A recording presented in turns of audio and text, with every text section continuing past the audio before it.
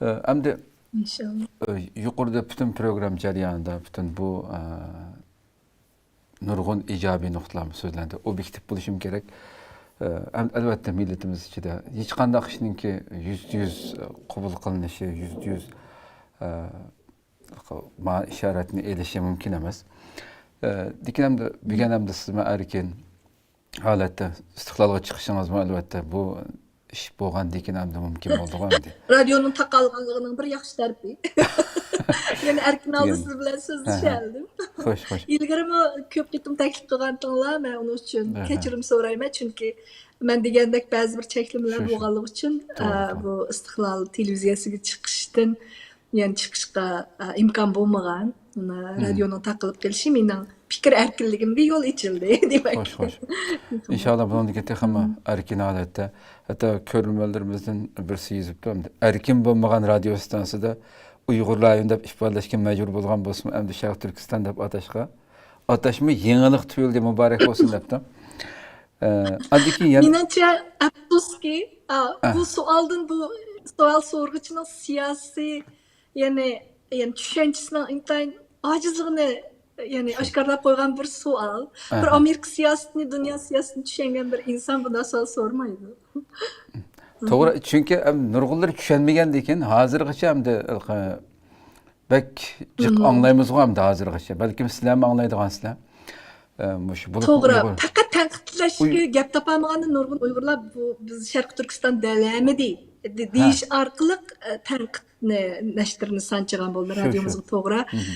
Bunga men to'g'ri bir men javob berishni avarmi ilgari nurg'un qitim javob berilgan menimcha. Tekrar so'rab. Yana bugunkimi savollar so'ralibdi. Men yana qayta takrorlay, ikkinchi takrorlanishini umid qilmayman.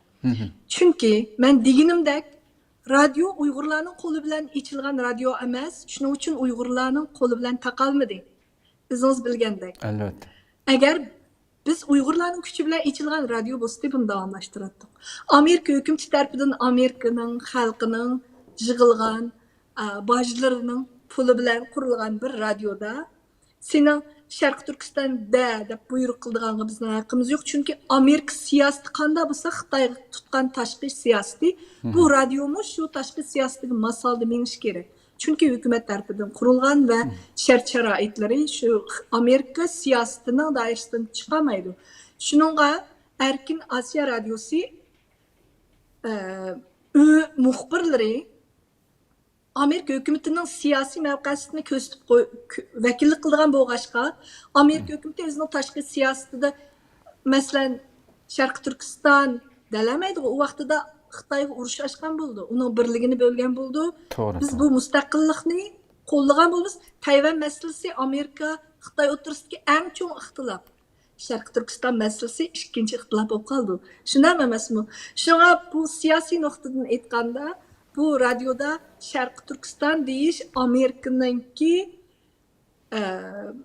bu davlatni yani Xitoyning bir parchasi emas deb e'tirof qilishni ifodalagan bo'ldi. Shuning uchun biz Amerikada qurilgan va Amerika hukumati tarafidan fondi berilgan radio bo'lganligimiz uchun Sharq Turkiston demay Uyg'ur eli, Uyg'ur diyori deb oldik va hozirgi Sharq Turkistonni Sharq Turkiston deyishga qo'shilmaydigan Uyg'ur xalqimizmi bor? Shundaq-ku, Uyg'uriston deyish kerak, Uyg'ur davlati deyish kerak degan o'xshamagan ixtilofmi bor? Shu yuzdan ilgarki tahrirlarimiz, muharrirlarimiz nurg'un talash tortishlardan keyin Uyg'ur eli, Uyg'ur diyori deb olsak, bu joyning mayli ismini Sharq Turkiston qo'yamdiq va kelgusida boshqa ism bilan atilishdan qat'iy nazar bu Uyg'urlarning diyori, Uyg'urga tava degan texnik keng doiradagi yani hatta siyosiy o'rni bekitilmagan taqdirda baribir Uyg'urning joyi ekanligini ifodalaydigan bir so'z. Nima uchun buni anqiramaydi? Demakchi bu o'rin mayli hozir va kelgusi Sharq Turkiston deb atalsin va samsaq piyoz desin. Bu Uyg'urning eli, Uyg'urga tava joy degan ma'no. Bu so'z amaliyotda bek so'yimli so'z. Men shunga bu so'zni odatlanib qilishim shu. Sharq Turkiston degan bir hukumat tarafidan deyilgan söz. Shunaqo. Ama bir millatning tavalligi sifatida aytganda bu diyor biz hamimiz tug'ilib cho'ng bo'lgan, hozir Xitoyning asarati ostida, ishg'oliyat ostida turib atgan bu diyor Uyg'urning diyori. Uyg'urning vatani. Shunday emasmi? Shunga mening qarshimcha bu so'z bek chiroyli deyilgan so'z. Agarda Amerikada va yoki boshqa dunyoning boshqa yerida Uyg'urlar o'zlari qurgan, o'zlarining fondi orqali qurgan bir radio bo'lsa ekan, biz Sharq Turkiston yani albatta deyishga tayyormiz. Devletimizin ismi uçuk diyelim. Albatta, lekin biz diyamadik emas. Biz Sharq Turkiston deb ilingan dokladlarni shu bitib berdik. Biz o'zimiz dalamizsaqmi Sharq Turkiston tashkilotlarini o'zining ismi bilan atash orqali ifodaladik va Sharq Turkiston deb so'zlagichilarning og'zini yopmadik, qo'yib berdik. Biz muxbir bo'lishimiz bilan bir Amerika axborot organining muxbirining og'zidan chiqayotgan so'z shu davlatning siyosatini ifodalab qo'ydigani uchun, vakil bo'ldigani uchun biz o'z og'zimiz bilan men Sharq Turkistonlik dalamagan bo'lsaqmi radioda sirt joylarda faxrlanib turib men Sharq Turkistonlik dedik va deb kiyotimiz. U kimligimizdan hech qachon voz kechmaymiz.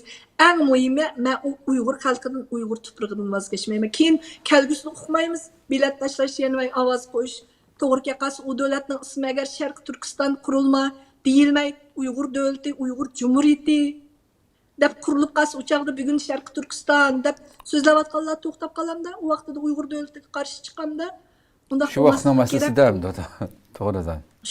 Shuning uchun kimlik tavalligimiz shu Uyg'ur deyar.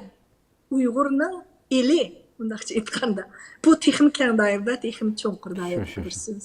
Bu atalg'udan boshqa bu masalan gayet güzel cevap verdiniz bu atalg'u meselesinde, bu vatanimizin asıl meselesinde. Hem de yıllardan beri hem de bunu soruyamaydık ya söhbetke teklif kılıp sizlerine nağdım kılamaydık. Ben tam şu axbaratçılık, şu işinin devam kılgan yıllar mabeynide elbette bizden üstümüzde bizge mi nurgun fikirlerini, arqıl fikirlerini berdiğen görülmelerimiz elbette var. Sizlerge mesela ictimai uçur vasıtada nait iğir ayıplap haberlerini mesela tutup halkımızın açıdan muhaciretten vatandaki şilva onu kılamaydı. Sizlerge selbi fikir berdiğen, qattiq ayıplaydigan bu türdeki kişilerge mesela qanday qaraysizlar? Aranglarda nima bilan deyishdinglar masalan? Uni tafsilotini bilsam bilasiz. Xitoy tarafidan terrorist degidek belgilar qo'yilib urug'-tuqqanlarimiz bizni jinoyat o'tkazdi deb ayblanib urug'-tuqqanlarimiz so'langan mushundaq bir muxbirlar ekanmiz. Bu fikrlar bizni nim qila oladi masalan. Bizning qalbimizda u sadoqat millatga, xalqimizga bo'lgan u sadoqat o'ti yinib turgan ekan, ancha-muncha kelib qolgan tukuruklar uni o'chirishga suv bo'lolmaydi deb qarayman. Ammo haqiqiy tushunga bilgan, xizmatlarimizning qimmatini bilganlar bizga ilhom berib ketdi. Hatto biz angladikki, radioning taqilib kelishini anglamay tashkilotlar, nurg'un kichik huquq tashkilotlari bilan birlashib Amerika hukumatiga arzlarni sunyapti. Bu radioni qutqizib kelish yoki Uyg'urlar uchun shunday bir ovozning o'chib qolmasligi uchun bir organ ta'sis qilish haqida talablarni qo'yibdi. Bu sharoitlar yarbas bo'lgan ishlar. Shunga fikrga ahamiyat bo'ladi. Men ba'zi fikrlarni hatto seni o'ldirmaydigan hujumlarga uchirdim xabarlarimning ostiga yozilgan Xitoy tarafidan, ya'ni qo'rqitish uchun. Endi xalqimizning sapa saviyasi kutgan umidi, talablari o'xshamaydi bizdan. Shunga biz hammani to'g'ri tushunamiz. Ya'ni yomon fikrlarni tozalashni bilamiz, yaxshi fikrlardan ilhom olishni bilamiz. Yetilgan muxbirlar shunday bo'lishi kerak. Bir insonning bir so'z bilan o'zining g'oyasidan yoki qilayotgan xizmatidan voz kechmaslik kerak.